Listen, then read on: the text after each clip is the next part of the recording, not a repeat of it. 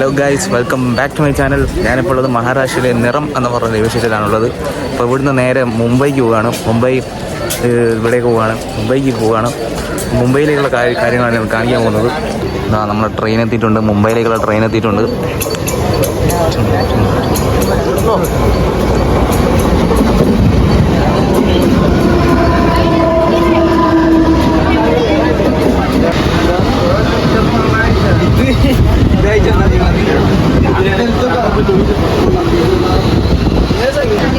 നമ്മളങ്ങനെ ട്രെയിനിൽ കയറിയിട്ടുണ്ട്.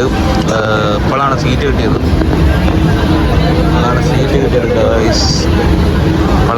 കിട്ടിയത്. ഇനിയിപ്പോൾ ഒരു 4-5 സ്റ്റേഷനുണ്ട്. ഇപ്പോൾ ഒരു 40 മിനിറ്റ് ആയി ഇപ്പോൾ ട്രെയിൻ തന്നെ.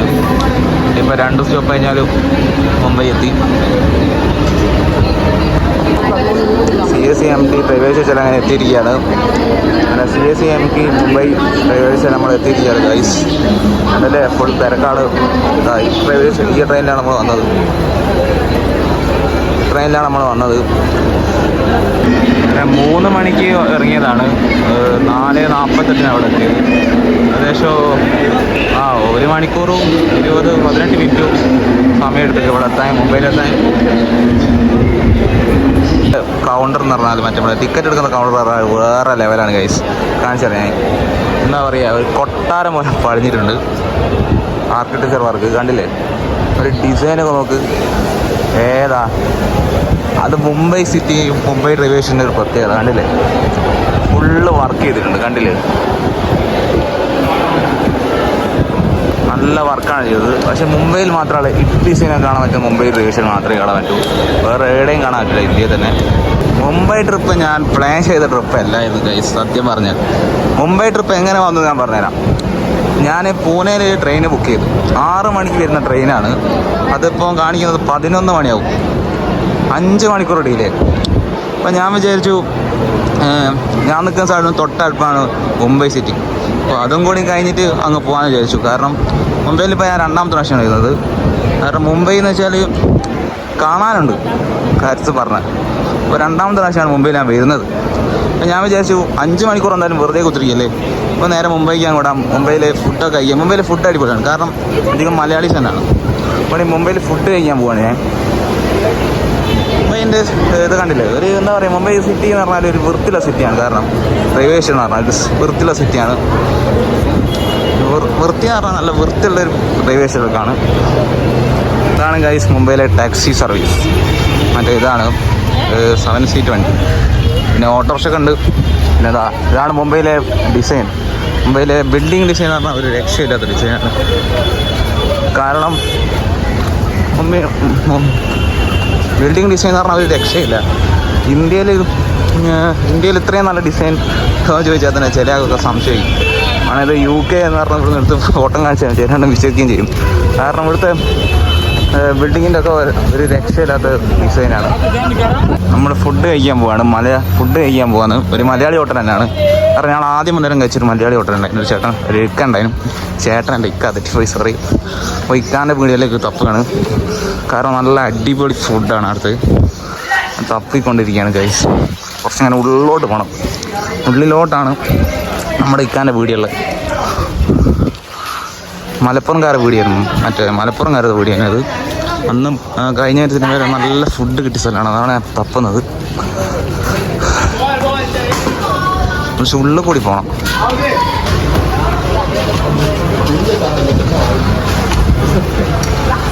ഗൈസ്, ഇതാണ് ഇവിടുത്തെ സെറ്റപ്പ്. ചെറിയ സെറ്റപ്പാണ്, തലപോലും വെക്കാനല്ല. പക്ഷെ ഫുഡ് അടിപൊളിയാണ് ഗൈസ്. അങ്ങനെ നിങ്ങളുടെ ബീഫ് ബിരിയാണി വന്നിരിക്കുകയാണ് ഗൈസ്. അല്ലേ, നല്ല മുരിഞ്ഞ് വരുന്ന ബീഫ് ബിരിയാണിയാണ്.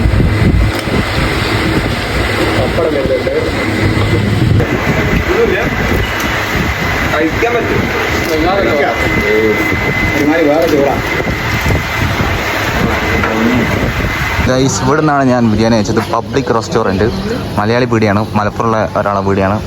അപ്പോൾ ഞാൻ പൂനെന്നൊന്നും പറയണ്ട, ബീഫ് ബിരിയാണി കിട്ടുകയില്ല, പറഞ്ഞാൽ തല വെട്ടും. അപ്പം ബിരിയാണി കഴിക്കാനായിട്ട് മുംബൈയിൽ വന്നാണെന്നല്ലേ പറയാം. നല്ല ബിരിയാണി മുംബൈയിൽ കിട്ടും. ഫുഡ് ഇപ്പോൾ 2 ദിവസമായി ഒന്നും കഴിക്കാതെ ഫുള്ള് വെച്ച് ബീഫ് ബിരിയാണി എന്നങ്ങാൻ പൂനെന്നങ്ങാൻ പറക്കേണ്ട തല പോയി.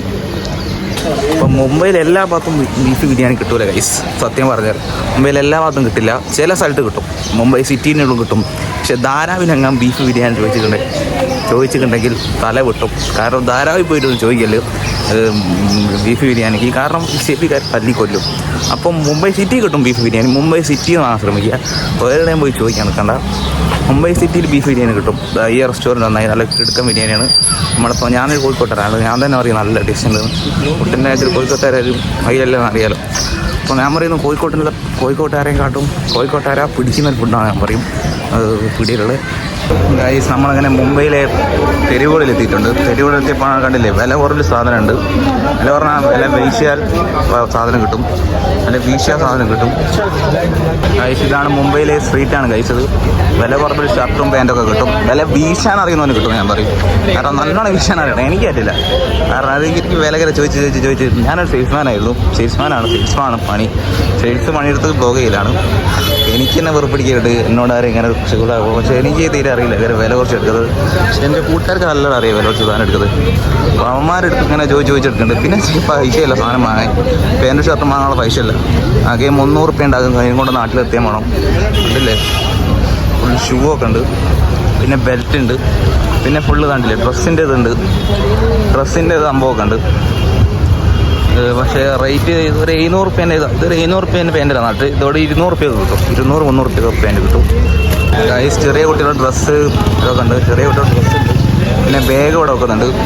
പിന്നെ എന്താ ഗാഡ്ജറ്റ്, ഫോണിൻ്റെ കവർ, അതൊക്കെ നല്ല വില കുറവാണ്. നാട്ടിൽ അപേക്ഷിച്ച് വില കുറവാണ്. വില വീശാൻ അറിയുന്നവന് നല്ലോണം എടുത്ത് കൊണ്ടുപോകാം. വില വീശാൻ അറിയുന്നവന് എടുത്ത് കൊണ്ടുപോകാം. പിന്നെ എന്താ ചെരുപ്പുണ്ട്. ചെരുപ്പൊക്കെ ഈ നാട്ടിനേക്കാട്ടൊരു പകുതി പൈസ കുറവായിരിക്കും. മുംബൈ സിറ്റിൻ്റെ റോഡിൻ്റെ സൈഡിൽ തന്നെയാണ് കച്ചവടക്കാർ. അപ്പോൾ വരികയാണെങ്കിൽ ഇവിടെ ഒന്ന് വിസിറ്റ് ചെയ്യുക, വില കുറഞ്ഞൊരു സാധനം എടുക്കാം. ഇതാണ് മുംബൈയിലെ ഡബിൾ ഡെക്കർ ബസ്സാണ്. മുംബൈയിൽ മാത്രമേ കാണൂ, മുംബൈയിലല്ല, തൃശ്ശൂരോ തിരുവനന്തപുരത്തുണ്ട്. ഇടം വരെ കയറില്ല, കേരളത്തിൽ ഇടം ഉണ്ടല്ലേ. പിന്നെ ഞാൻ ആദ്യമായിട്ട് മുംബൈയിലുണ്ട്, ഞാൻ കേരളത്തിൽ കണ്ടിട്ടില്ല. ഇടം ഉണ്ടോ എനിക്ക് അറിയാം കേരളത്തിൽ. പിന്നെ വന്ന് നീ കമൻ്റ് ഇടാക്കണ്ട, ഞാൻ ഇവിടെ കേരളത്തിൽ തന്നെ ഉണ്ടെന്ന് പറഞ്ഞു.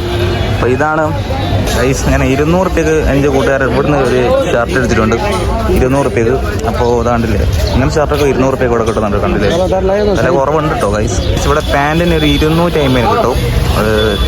കുറച്ചുകൂടി ഒന്ന് ഓർഡർ ചെയ്താൽ കിട്ടും. ഇവിടെ നാട്ടിലൊരു 700 റുപ്യൻ്റെ ഒരു 250 ഇവിടെ കിട്ടും. എന്നിട്ട് വലിയ വില കുറവില്ല ഞാൻ പറഞ്ഞു വെച്ചാൽ.